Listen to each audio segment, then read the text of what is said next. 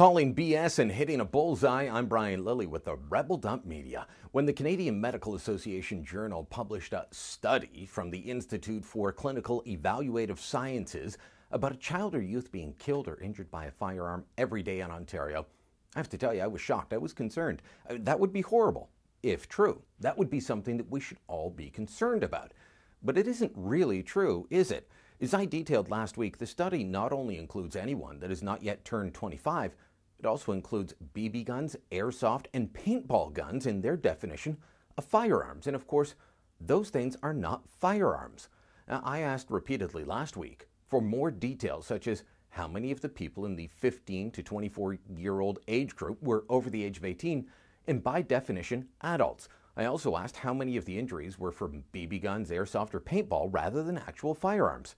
And now we know part of the story because after getting a complaint from a member of the public about a lack of data and transparency, the researchers released a breakdown of injury by type of firearm. And nearly half of all the unintentional injuries were from BB guns. Take a look at this chart.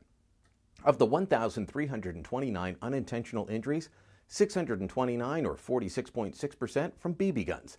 Just 75 or 5.6% were from rifles or shotgun.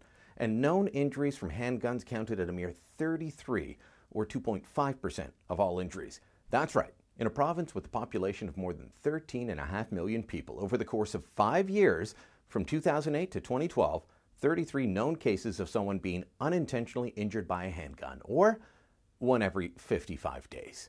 There were more people injured by airsoft at 113 injuries. The second biggest group was unknown, but any realistic attempt to break that out to the other groups would have to give more weighting to BB guns and airsoft than to handguns or rifles. Now, why should this matter? Why should you care, especially if guns aren't your thing? Well, because the Hospital for Sick Kids, the Institute for Clinical Evaluative Sciences, the Canadian Medical Association Journal, and the Canadian Pediatric Society, they're all groups whose names carry a lot of weight.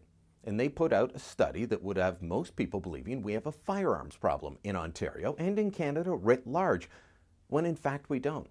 This study was released in coordination with the Canadian Pediatric Society, putting out new guidelines for doctors that encourage them to ask parents if they had guns in the home, and if so, to warn them against having them.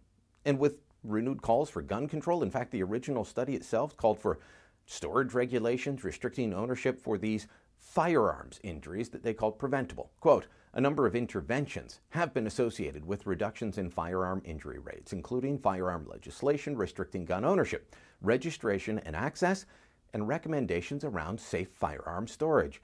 Based off those comments, I don't think they have a clue what Canada's current gun or gun storage laws are. I don't think they have a clue what it takes to get a license.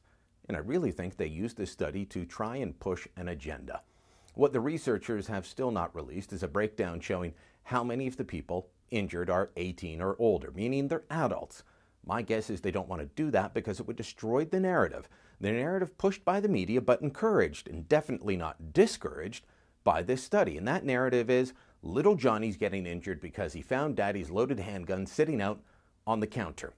That would be illegal in Canada. I mean, we hear stories about that from other jurisdictions, but not only is that illegal in Canada, it's not common in this country at all.